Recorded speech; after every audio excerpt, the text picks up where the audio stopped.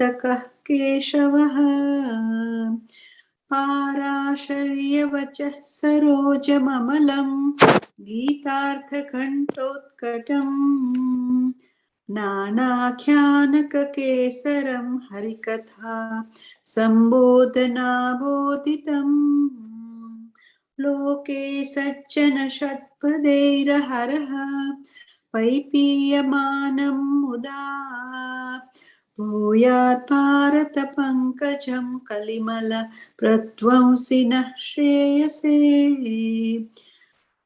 मूकं करोति वाचालं पङ्गुं लङ्घयते गिरिं यत्कृपातमहं वन्दे परमानन्दमाधवम् यं ब्रह्मा वरुणेन्द्ररुद्रमरुतः स्तुवन्ति दिव्यैः स्तवैः वैदैः साङ्गपदक्रमोपनिषदैः गायन्ति यं सामगाः ध्यानावस्थिततद्गतेन मनसा पश्यन्ति यं योगिनः यस्यान्तं न विदुःसुरासुरगणाः देवाय तस्मै नमः देवाय तस्मै नमः ॐ श्री गुरुभ्यो नमः।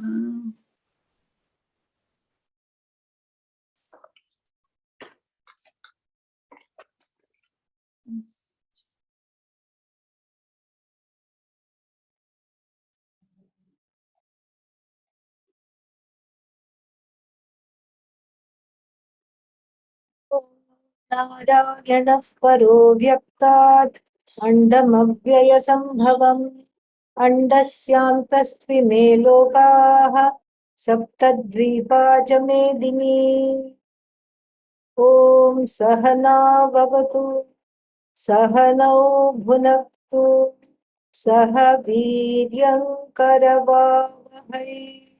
तेजस्विनावधीतमस्तु मा विद्विषावहै ॐ शान्ति शान्ति शान्तिः।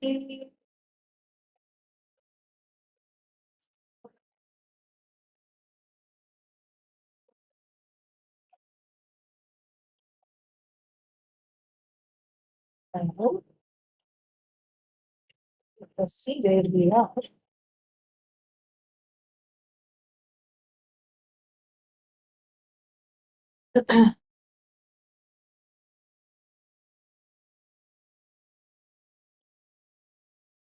You just looked at 56. Just to refresh, we will chant that. And the next one also. दुःखेष्वनुद्विग्नमनाः सुखेषु विगतस्पृहः वीतरागभयक्रोधः स्थितधीर्मुनिरुच्यते. This we have seen. Then it's an important verse because it answers the question, can the jnani feel pain? In other words, will the jnani have a headache? The answer is, a short answer is yes, because as long as there is a head, it will ache. This is a no-brainer. Okay. So, but how they deal with the headache is very different from how the ajnani deals with the headache, because there is no feeling why it should be me, why me. That entrapment is not there. The victimization is not there. The anger is not there. Feeling targeted is not there. And the retaliation, the desire to retaliate because one has been wrong, that is also not. So there is no passive aggressiveness, there is no aggressiveness, there is no passive feeling of victimization. So whether it is the dukkha is adi daivika, adhyatmika, adi bhautika, regardless of the source where the dukkha comes from, whether the pain is because of forces beyond one's control, or whether the pain is because one is because of one's surroundings, or the pain is because of something that happened, and maybe some bubbles of memories from the past came up, and the unconscious is not removed in Atmajnana. The unconscious is integrated, and it does not have it is detonated, meaning it is saved. It does not have the power to explode and then make you feel like you don't know what happened. So therefore, the ajnani will be affected by the three sources of tapa, called tapatraya, the three sources of pain and sorrow. But the jnani will not be affected, because the jnani will understand this is because of this. This is because of this means what? That as long as there is a head, it will ache. As long as there is a mind, it will have, oh, should I do this? Should I do that? Yeah. But then one doesn't feel bad. That sankalpa, vikalpa will be there. But one doesn't identify with the mind and feel bad that, oh, why me? Why only I can't decide? And I want somebody to decide for me. All these things are not there. So it is like buttons which you press. When you press the buttons, what happens? Nothing happens because the wiring has been cut. There is no wiring there. From the mind to the heart, to the emotions, there is no wiring. From the body to the emotions, there is no wiring. The wires have been cut. It's like, I give this example often. It's like a low-end car. You go there, and then somebody asked me to look at this car and inaugurate the car. So I just sat in the car, and then I was just playing with the buttons. It was not in motion. And then I said, what does this do? What does this do? And on two of the buttons, there was no function written. And when I pressed, nothing happened. So I said, oh, these are just empty buttons. And they said, yes, yes, yes. If we had brought the higher end of the car, another model, then this would have done this, and the other one would have done that. Some more features, extra features. If you press one, it makes your favorite coffee. Not quite, but still, something like that. It would have done. But this is a low-end basic car, and so therefore it will not have these buttons. That's when I got this idea. You keep pressing, nothing happens. The same thing for the jnani. You think you will push the jnani's buttons, but nothing happens. Nothing happens. Because that wiring, that wrong wiring between the body-mind sense complex and the ahankara, between the body-mind sense complex and the emotions, and all this, and the owning up of the emotions, which again is the ahankara, they have been severed by the shastra of knowledge, by the sword of knowledge, by the scissors of knowledge. They have been severed. That wrong wiring. And that wrong wiring, since it is not there, there is total objectivity. Yes, I am living in this body. Yes, it is subject to pain. Yes, I'm living in the mind, and sometimes it does crazy things, but that's not me. Sometimes it thinks crazy thoughts, but the thoughts are not me.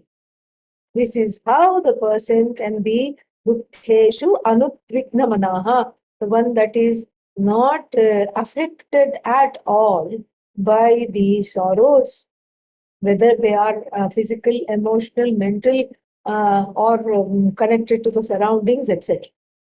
And then sukhe, this is also important. Sukheshu vigata spriha. Vigata Krishna spriha yasya. Vigata spriha, from whom all longing has gone. One might say, in sukha, in happiness, what is the problem? To enjoy the happiness, no problem is there. You are correct. But in regular people, who have not, in the masses of people who are not exposed to Vedanta, when they encounter happiness, they fall off the deep end because there is this feeling of ecstasy. And in the feeling of ecstasy, there is an unbridled feeling. And one identifies as the doer even more. It's very interesting. The fires of bhoktritvam feed the kartritvam further. It's like a lure. So, how can the fires of bhoktritvam feed the kartritvam? First of all, what is bhoktritvam? This enjoyership.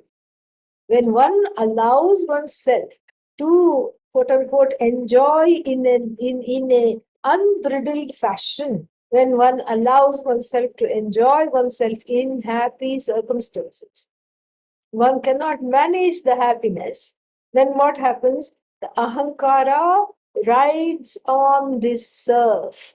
The ahankara learns to surf and rides on this wave of sukha. And then what does it do after riding on the wave of sukha? It falls in the water because the next wave is dukkha wave and is not able to manage the sukha. And so the next dukkha that comes takes one completely off kilter. This is the first problem. Then the second problem is that the enjoyership or the experiencership makes one even more determined to identify as a doer, because after all doing is for the sake of what? For the sake of experiencing and enjoying some karma phala, results of action. So this is how the two things keep looping until one is loopy. That's what happens. And there is, and so in happy times, it's just very important to learn to manage that happiness. What do you mean by manage the happiness? Manage the happiness means you basically are not swerving and not carried away by the happiness. You manage the happiness by Ishwarizing the circumstances of the happiness and by saying, this is all a gift of Ishvara. I just happen to be in the right place today at the right time, and it all went very well. It's like, these, what are they called? These moving walkways in the airports. And then, sometimes you go with the flow, you're going in the same direction. And then you, you find yourself getting to your gate faster. And then what? Sometimes what I have seen what the children do is they go in the opposite direction. It's going the opposite way, but they like to run and, play and all these things. But you have to work harder if that you are going against the moving walkway. That's what it is. The moving walkway is Bhagavan's, unfolding of karma in one's life. One just goes along to it. Goes along with it. As the sadhana panchakam says, prarabdhaya, not sadhana, sadhana panchakam also says this, but this quotation is from the Manisha panchakam. One panchakam, another panchakam, same difference. So in the Manisha panchakam, towards the end, it is said, prarabdhaya samarpita vapuhu. Prarabdhaya, for prarabdha, that whatever karma is there, the person of knowledge, samarpita vapuhu means the one who has given the body, mind, sense complex to the prarabdha. Because given means what? Prarabdha will take you. You don't have to give yourself to prarabdha. As though prarabdha is coming, but usually people fight it. No, this is non-acceptable. Oh, but I'll try something else. But that's also not working. Non-acceptable. And so therefore what? Therefore, this is a very big problem because one is always wearing, the gloves of resistance, fear, sorrow, and fighting shadows. That's what it is. Like that fictional character in medieval Spain, Don Quixote, fighting shadows. And so therefore what? Therefore, prarabdhaya samarpita vapuhu means the one who has given oneself over to that karma which is non-negotiable. Maybe it can be altered here and there with prayer and kept maintained, kept bearable. Okay, no problem. Do that. But then here, in the happy times, if one can manage the ecstasy, then the agony when it comes, and it will come because the karma is such, then the agony is very much manageable. So in the sadhana panchakam, it says, prarabdham ihatu bhujyata. That is the quotation from sadhana panchakam. Prarabdham iha, here itself in this life, bhujyata, means one has to eat whatever is on the plate. One has to finish the plate. The plate that is there already comes served. That's why in India it's a thali culture.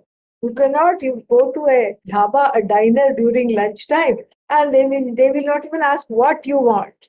Because what is there for lunch is lunch. That's all it is. They will not ask what do you want. Do you want the chutney on the side? Do you want this, that? Nothing. They will just plonk a plate in front of you, literally plonk. And in fact, the rasam little bit dances and spills out of its container. Okay, no problem. They just plonk and then go away. And then you are confronted with this big plate. And then, especially if you're not born in India and you have gone there, you don't recognize 3/4 of the things on your plate. And even if you are born in India, if you're raised there, you know this is dal, this is sabji, this is rice, this is that. And then you know this. But then they decide how much you should eat. They will give you 2 chapatis and a huge thing of rice, container of rice, nicely packed and then inverted. It will look like a little dome, like a little rice igloo shape. It will come. And then it's there in the middle. And you say, no, I'm on the Atkins diet. It is too much carbs. Yeah, I can't do this. No, this is what it is. You can't argue with them. You cannot say, feed somebody else. No, it just comes. These days, because India is the diabetes capital of the world, and there is something they will ask you, you want chapati meal or rice meal? That's the only choice. That too only in some places, not in others. So then you say chapati means a pillow size, a little stack of chapatis will come and all the things, the accoutrements will come. You cannot say, I don't like this vegetable. You cannot say, your rasam is too spicy. Or you cannot say your sambar, does not cross the bar of what I find acceptable. And you cannot say anything. You just have to eat. That's all it is. And if you don't like it, perhaps you'll be hungry for dinner. Then 2.0, the same thing will happen, especially if you're traveling or visiting somewhere and you're going on a pilgrimage and you don't have a say of what you will eat. No, I'll eat at the temple. At the temple, you have even less choice because you don't even know what is there. Some kind of a mixed rice will come and then it will be in a nice packet of leaves and then that will also be, plunked into your hands and you just have to eat that. And this culture, this is called thali culture. Thali means this plate filled with all kinds of things where the restaurant decides what you're going to eat. Is a upalakshana, is an allegory for how life should be led. Because really speaking, the restaurant is not deciding what you should eat. Bhagavan is deciding what you should eat. Really. Because so many times you cook a wonderful meal for yourself and you are just, the mouth is watering. You're just practically salivating. You're just so looking forward to eating. Doorbell rings. A group of guests come and polish off everything you had for yourself. That's it. Even if you make the whole thing again, it will not be the same way how it was. It's how it is. Bhagavan decides what you eat. Bhagavan decides, and if this is understood, then the eating takes a allegorical or metaphorical meaning. And the eating here means experiencing. experiencing without complaint, with grace. You understand that, okay, this is a, I mean, if you can change the situation, please change. If there is a restaurant that you can go to and you can say, I want this on the side, I want that here, and I will only order a la carte, and I don't want carbs, and I want gluten-free chapatis. If you can do all that, please do all that. No problem. But most of the time, the choice is not there. And so the difference between the Viveki, the person of knowledge, and the Aviveki, the person who is self-ignorant, is really in how they manage their ecstasy. And Adi Shankara will read the Bhashya here very beautifully. He says something which is very nice in the Bhashya. He says that first line we've already read. Tatha sukheshu prapteshu vigata spriha trishna yasya na agnihi iva indhanadha indhanadi adhane sukhani anuvivardhate saha vigata spriha. Adi Shankara gives a very good example. What does he say? In times of happiness, when the happy times, when the ecstatic times come, when the happy times come, there is not an unbridled quality in the enjoyment. Meaning the jnani will certainly enjoy wonderful things. Not that the person is stoic or self-denying or anything like that. The jnani is neither seeking or not denying. Not going in search of anything, nor denying. But if something happens to come their way, they're not going to not enjoy it. They didn't go out and seek it. It came their way. Somebody took them to a nice concert, or they happened to, travel in a luxurious way, or they got some kind of a wonderful food or whatever, or companionship, whatever it is. People around them, and so then they will enjoy it. But what is the difference between the jnani and the ajnani? The ajnani will have one word in their heart. What is that? Encore, more, more. I want to extend this experience. I want to stretch it out. I don't ever want it to come to an end. Why? I have mistaken the object for the subject. That's why. That is the Ajnani's lot, Adi Shankara says, because the person is like the Sukha is like a fire. The Sukha means the happy experiences.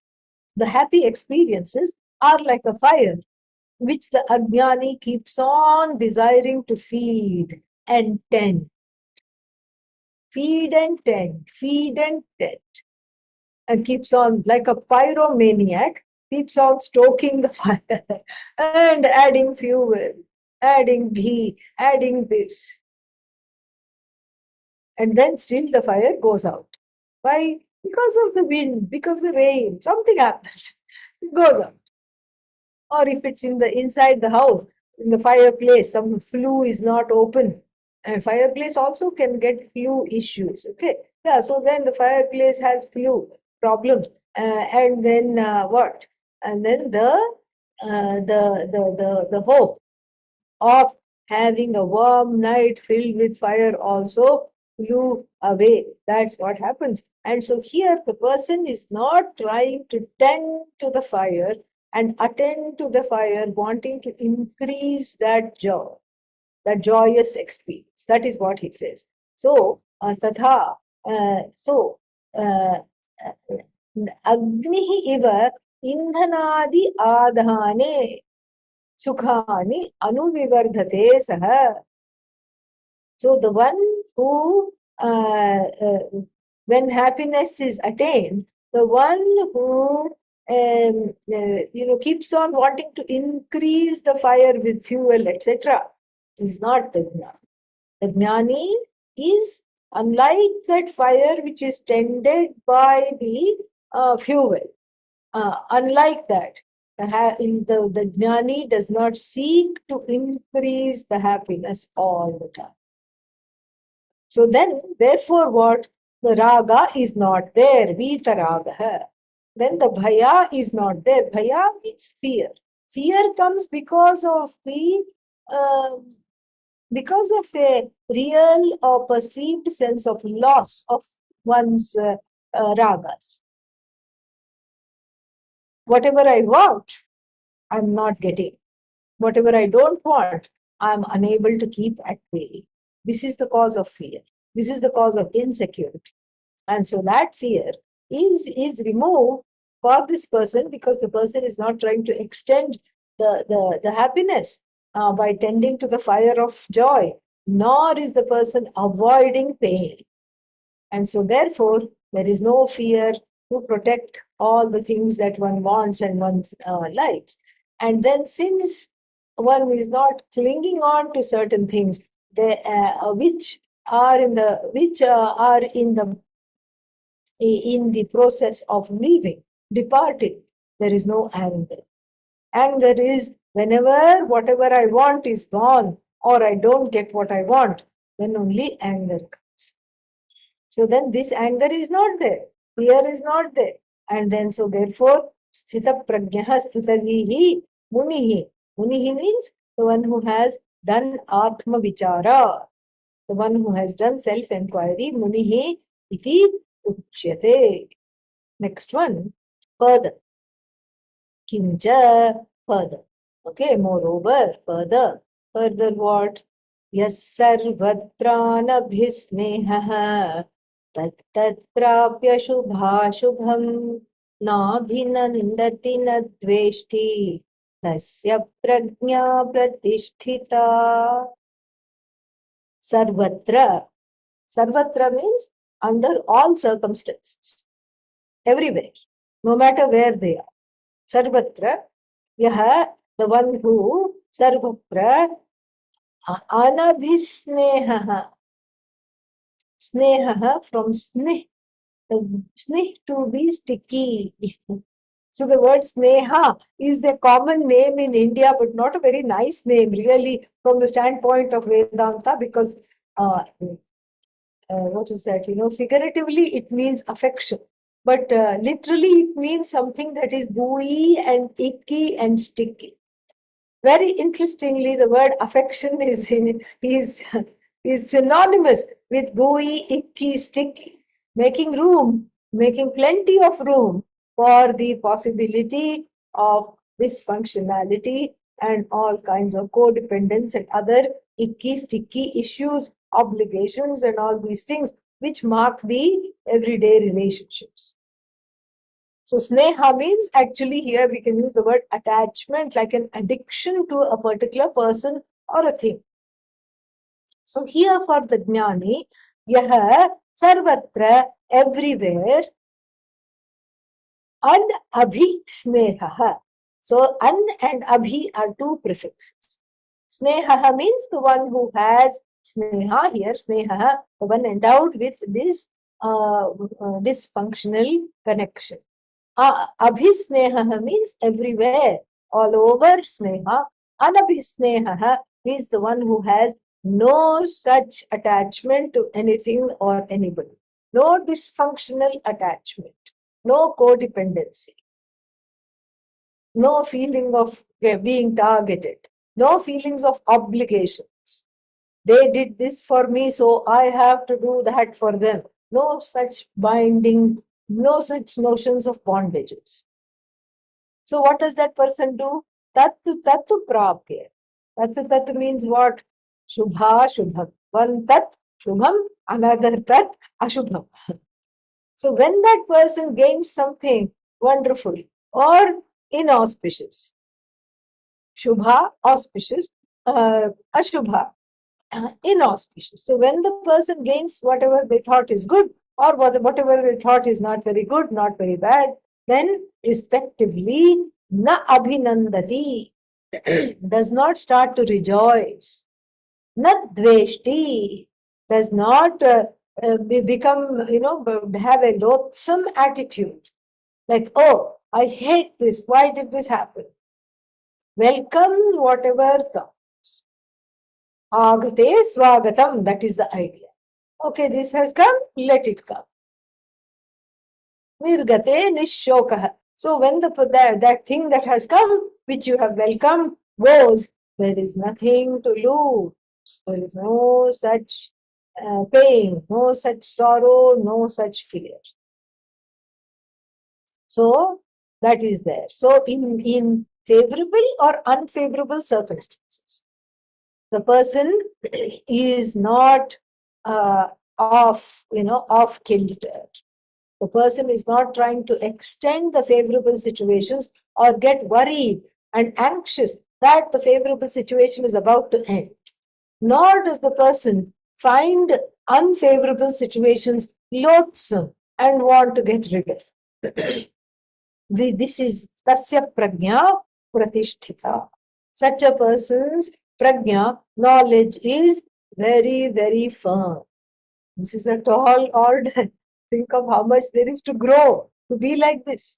Whatever comes, swagata. Come, come, come, no problem. And if it is a person, if it is one's own prarabdha, whatever it is, no problem. Just, it's okay. I'll deal with it. It's fine. It's all right. And then Shubha, okay. Ashubha, okay. This is a state of the radical acceptance, born of self-knowledge. Born of self-knowledge, and prior to the self-knowledge, there is bhakti, there is shraddha. Prior to internalizing the vision of Vedanta that one is already whole and free. So there's this frenetic activity of wanting to gain things is no longer there. Even before that, one has Ishvarized the world and one has bhakti. And so one says, all right, this is how it is. I cannot change it. And therefore, I allow it to come. Pujya Swamiji used to tell the story of a very famous astrologer sometime in the 60s, late 60s, he was there. And he was so good at finding out people's time of death, which very few people, astrologers, can predict. But he could predict with precision and naturally. And he was good at predicting many, many things, very famous. Naturally, he looked at his own horoscope. And then what did he find?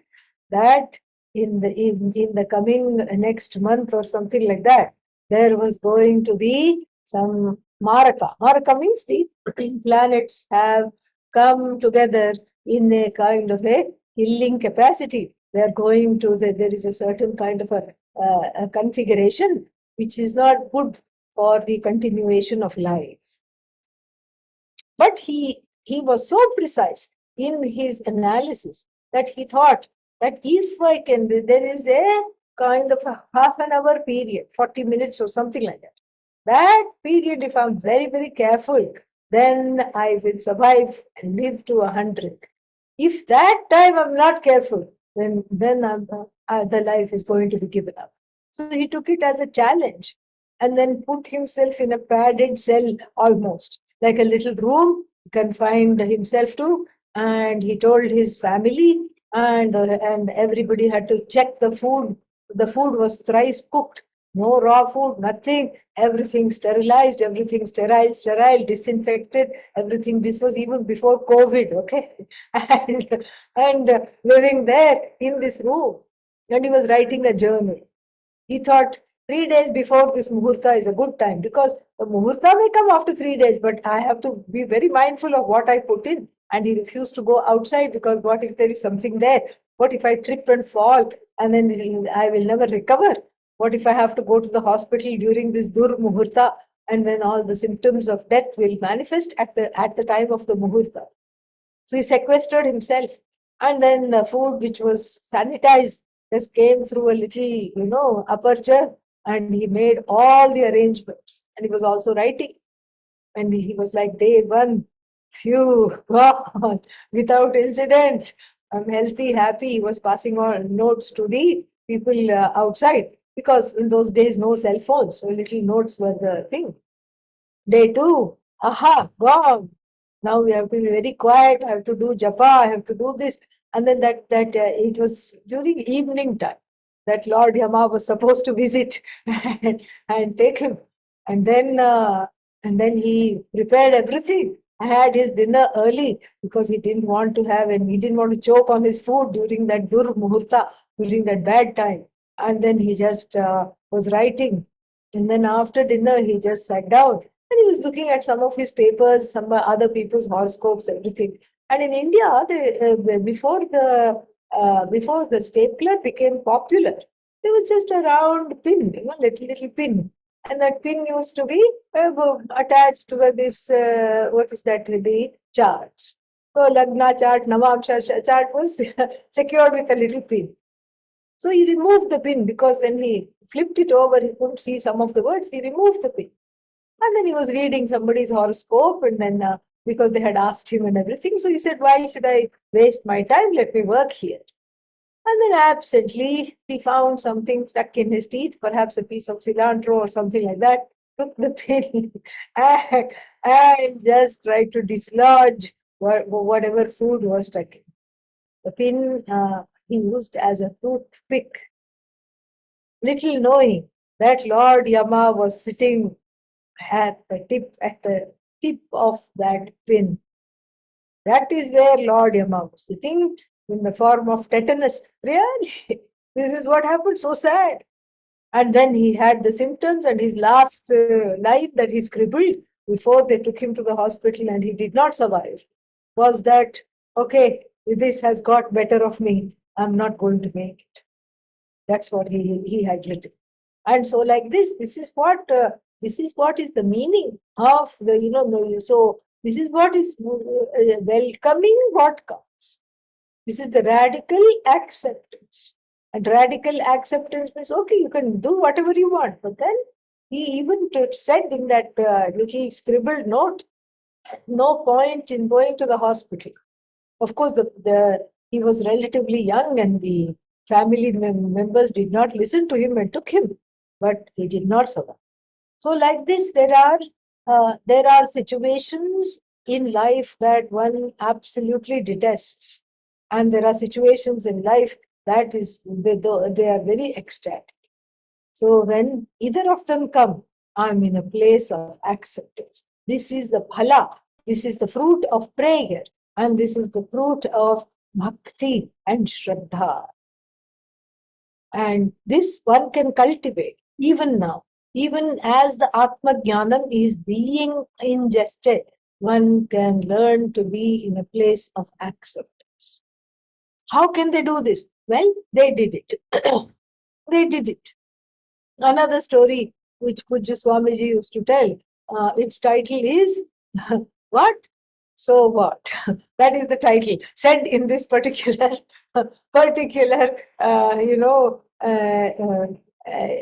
deflection. And so there was a person who was a great merchant, and then he had his ship out to sea, and then first thing and his son, his children and his wife were also there. They had also gone for a little holiday. He was not feeling well, so he stayed back. He said, oh, it's just a small run, you go enjoy yourself. It's a merchant ship, so it would get down at many ports. You can go see and come back. And then he was told, ship has wrecked. There is something happened, pirates. And then they threw some cannonballs. It's all gone. Your merchandise is gone. What? Your merchandise has gone. Okay, so what? And then again, your children are injured. What? Okay, so what? Your wife is missing. We don't know where she is. We can't locate her yet. What? Okay, so that what is made into so what? Through this knowledge. That is the idea. But what is when you say what? Meaning, I can't believe this. And when you say, I can't believe this, it's a polite way of saying, I refuse to accept this. I can't believe this happened means what? I refuse to accept that this has happened. What? What? And then, so. And that is from that what to so what is the one allows oneself a moment of being discombobulated, or maybe many moments of being discombobulated, but one does not, fry in them. Yeah. You don't fry yourself, on medium heat. You don't let it simmer. No, it will come out. There are so many resources one has. One has so many resources within oneself. One's mind is much, much stronger than one thinks. One's body is also much stronger than one will allow. One's emotions are much more manageable than one thinks. But then, why is it so difficult? It is difficult because one is accustomed to drama. I've always said, replace drama with Rama. That is the idea. And this drama is not from the present. It is a child's cry for help. Oh, no, no, no, no, something is happening, Save me, help me, help me, help me. Now, now, now, now, now. That's the drama. And if there is no drama, the drama will be created by the child. And we have seen this in small infants, sometimes even 9 months old, 10 months old. When they are tired, they will not go directly to sleep. They will be resisting the sleep. But they want attention. They want the mother to put them to sleep. What do? They will just walk unmindfully somewhere or crawl unmindfully hit their head on the door and a huge cry. And then the parents have to comfort, and then they will fall asleep because there was no other choice. And this behavior is appropriate for an infant, for a 1-year-old. Okay, no problem. But this behavior continues. This behavior continues, maybe not in such a blatant way, but it continues and creates the drama before settling down. And if one does not create, one at least participates in the drama. And as long as there is that penchant for creating drama, one is always living in the past. One is not living like an adult. It is always the inner child unleashed at play.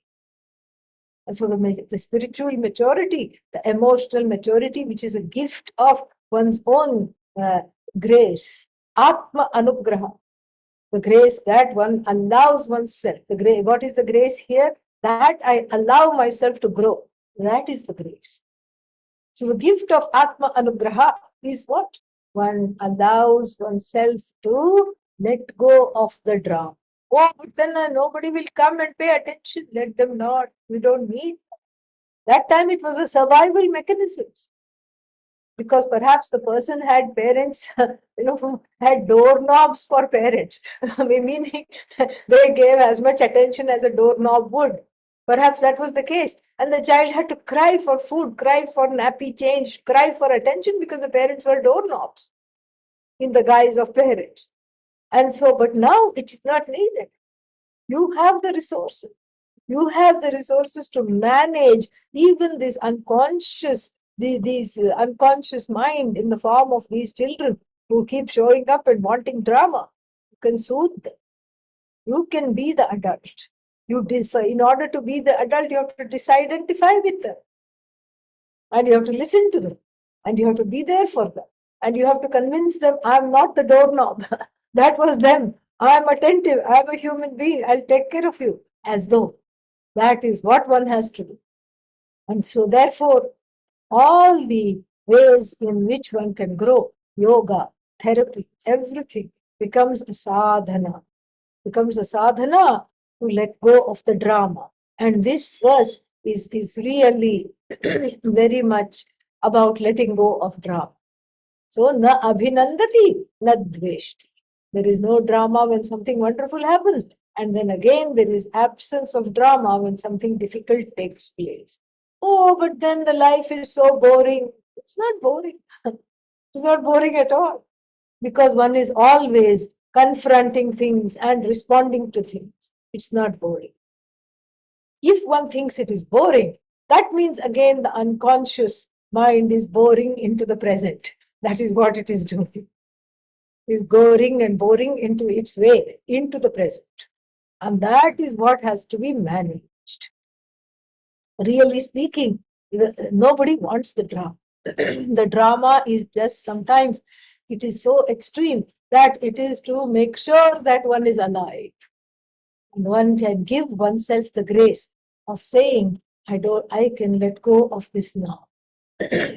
I can let go of this now. No matter what has happened, I can let go of this now.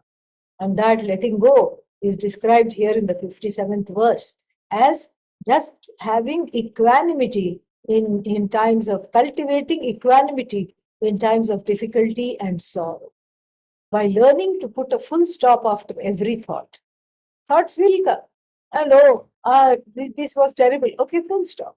Don't take that to the full length of wherever it can go. This was terrible. So therefore, I am terrible. This is not the way to go. Put a full stop right there. Change the channel. Do something else. And to take the mind off of that. And that is how one trains the mind to, one has a say over the ways of the mind. Bhashya is very, we've already covered it very, very, straightforward, so no need to do that. And the next one is, the next verse is beautiful because it says that, how does the person train the mind? How does the person go about training the mind is given in verse number 58. Let us take a look. Yada samharate chayam kurmonganiva sarvashah indriyanindriyarthebhyah tasya prajna pratisthita.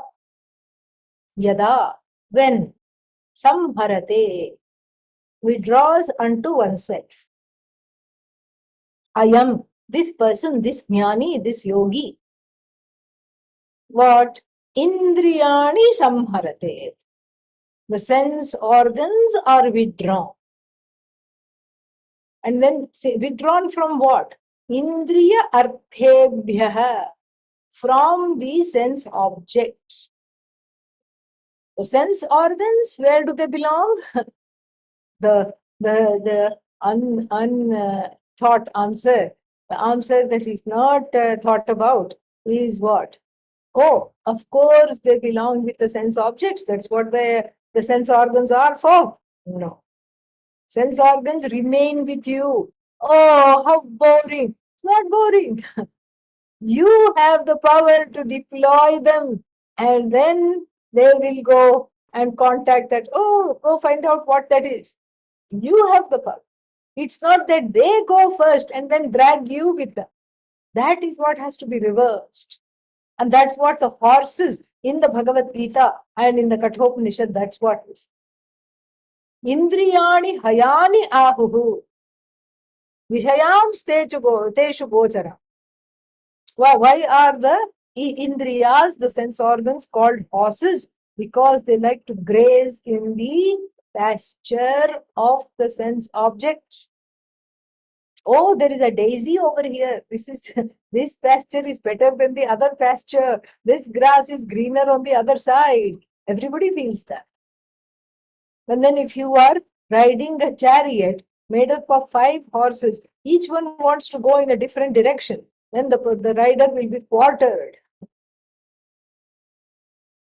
Because you cannot manage them. One says, oh, I want to go this side. The eyes say, oh, I want to pursue this beautiful object. The ears say, no, I want to go to this heavy metal concert. Okay. Yeah, and then the third one says, the nose says, pakodas are being fried here. I have to go over there and find out how to get some. And the sense of touch says, oh, is this velvet? So soft. Memory foam, nice to touch. And I want that. I want to go here.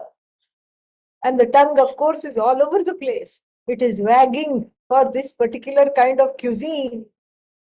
It's saying, I want this, I want this, I want this, I want this, I want this. Gimme now.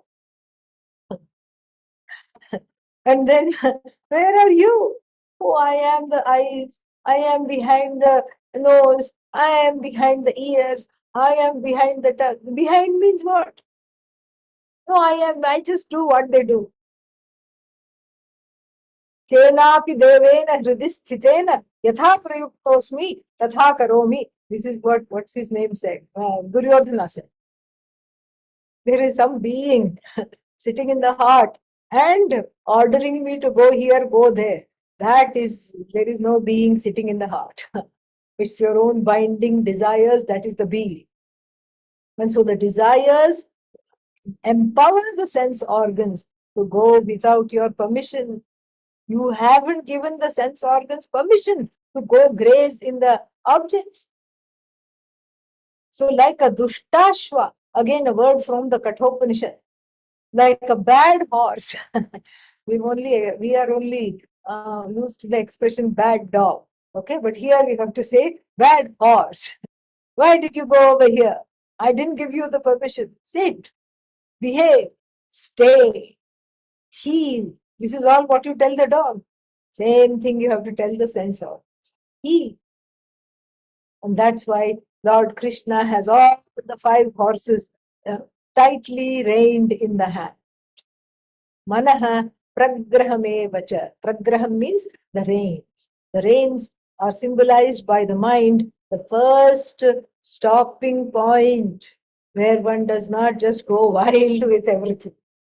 It's not that desires have to be controlled. You can't control them. It's not that desires are wrong. It's just the question of being present and deciding to indulge in something rather than being absent and letting the desire fulfill itself through the sense organs, letting the sense organs take the cue without really you giving them permission. You are the wielders of the sense organs. You are in the driver's seat. But if the sense organs decide to drive, then you will be driven insane.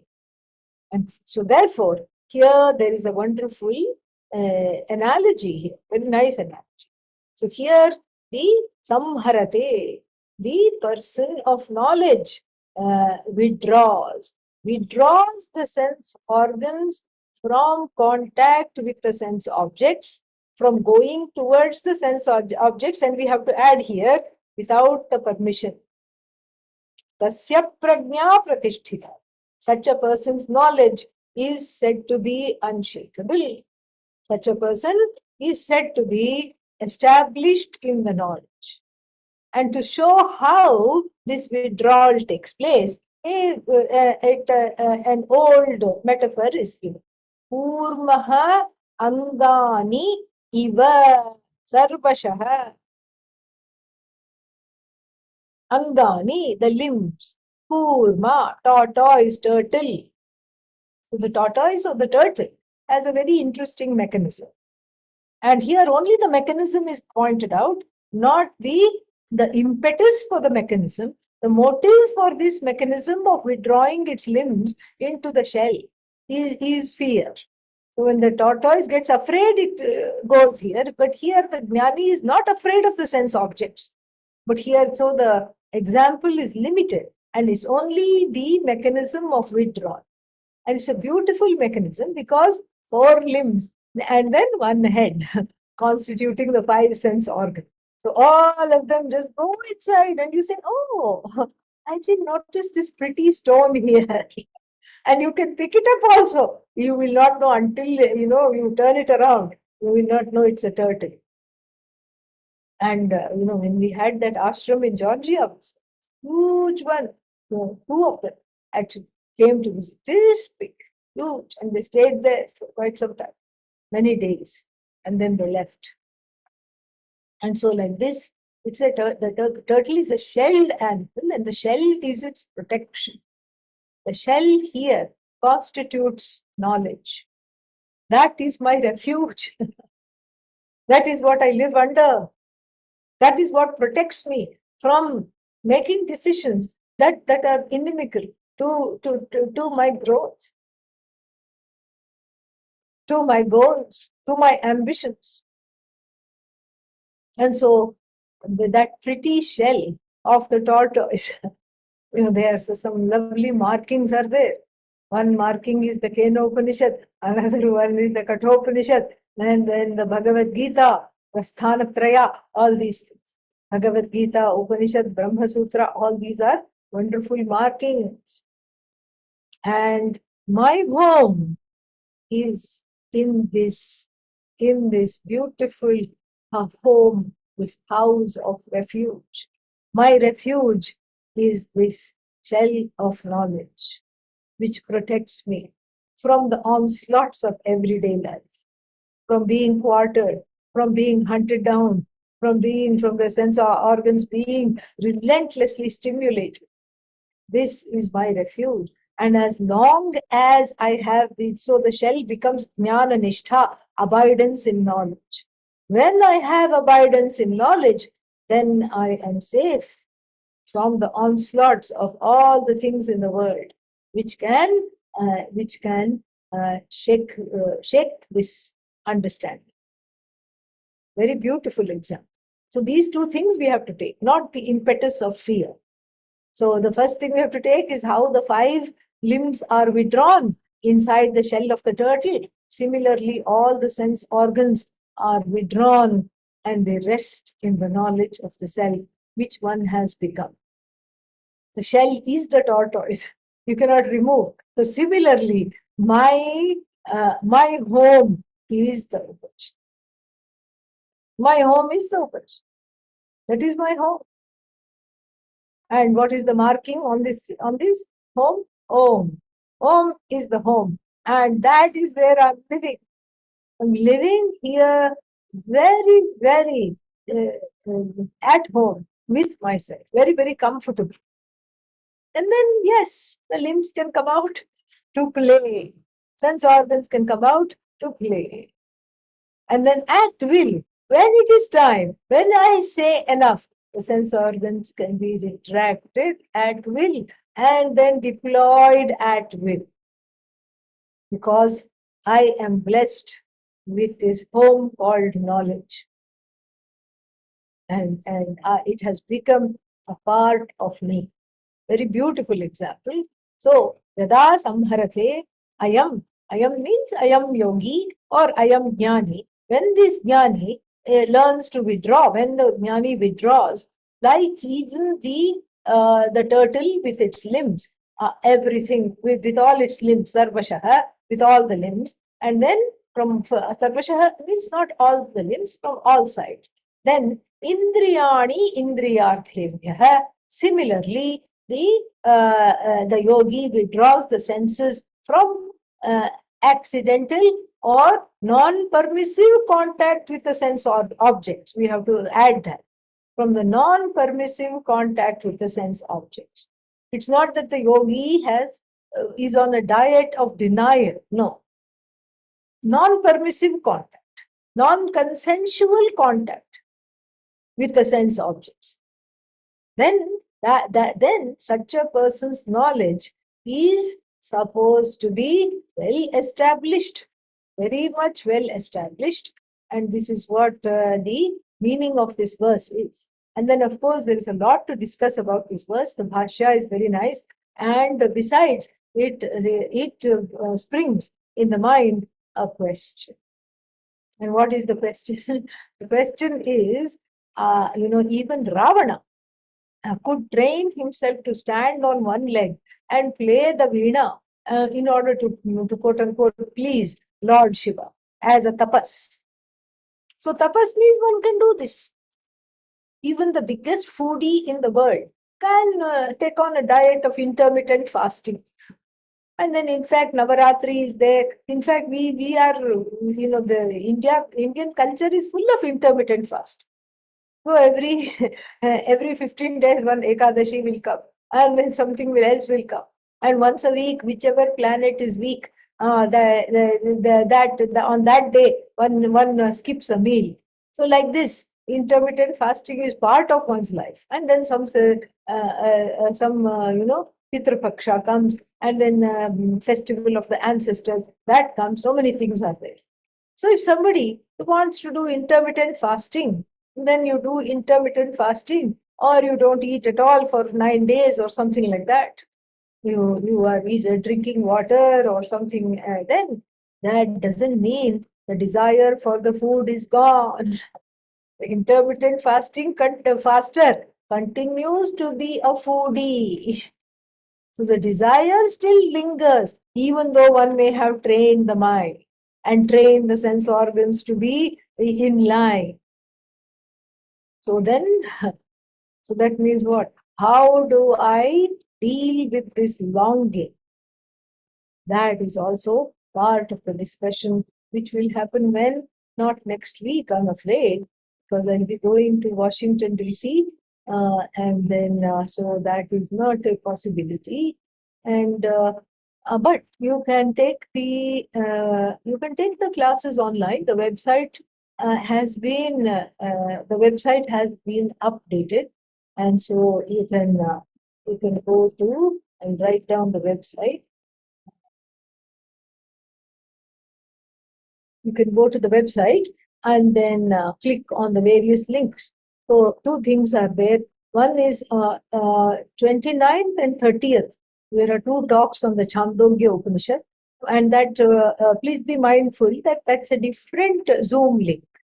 If you come to this Zoom link, there will be no Upanishad talks. Okay, it's on a different Zoom link, and so that website has been updated. So you click where you are supposed to click, and then it will take you to the Shivananda Vietnam ashram website, not website, sorry, Zoom link, and there you can do that. The timings in the East Coast timings have been given, and you can adjust everything accordingly, according to your time zone. So that's on the 29th and 30th morning if you are in the Western Hemisphere. And for us here, if you're in the West, and for us in India, it is 29th and 30th eve. Then 5th, 6th, and 7th of April, there are a few talks. I don't know the topic, but something will be there. And so I'll see what they want me to talk about, and maybe some Upanishad. Then 7th is Bhagavad Gita, I know that. And so you can come to those talks. You are welcome to come in person, but if you cannot, you can still take them online, and that will be in this classroom itself. Now, for the last question, when is this class going to meet again? Whatever the date is after the 16th of April. After the 16th, whichever date comes for this class, that coming Monday or 17th maybe, yeah, April 17th, then this class will meet. All right. So there are some questions here, I think. So I will look at them and then we'll chant the closing prayer. Inner and outer experiences, are they of every moment in our lives the manifestation of prarabdha karma? Yes, you can say in a way. But then you have also free will. That is also prarabdha karma. In this life, you are a human being. You have free will.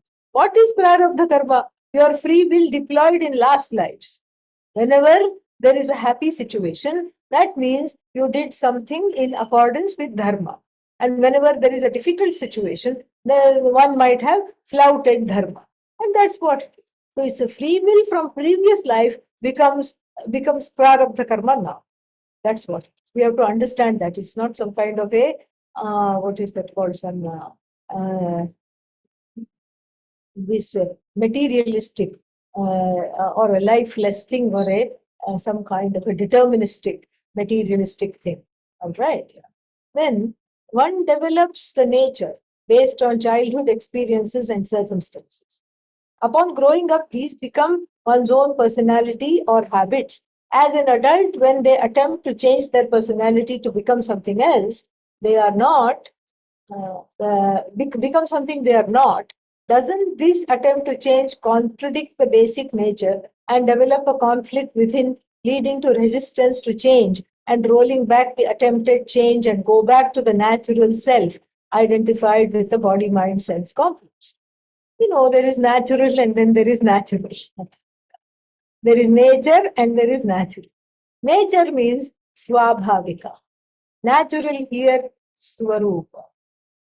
This is a very good question, and there is a very interesting difference. So nature means swabhavika.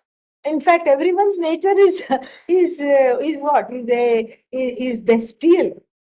Grab and get this get that, I want this, you are in the way.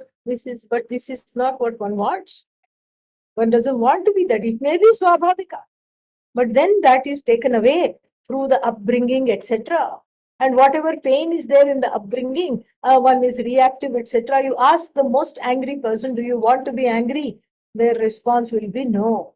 You ask the most sad person, do you want to be sad? No. You ask the reactive person, do you want to be reactive? The answer again is no, no, no, no, no. That means what? It is not in keeping with the human desire for growth.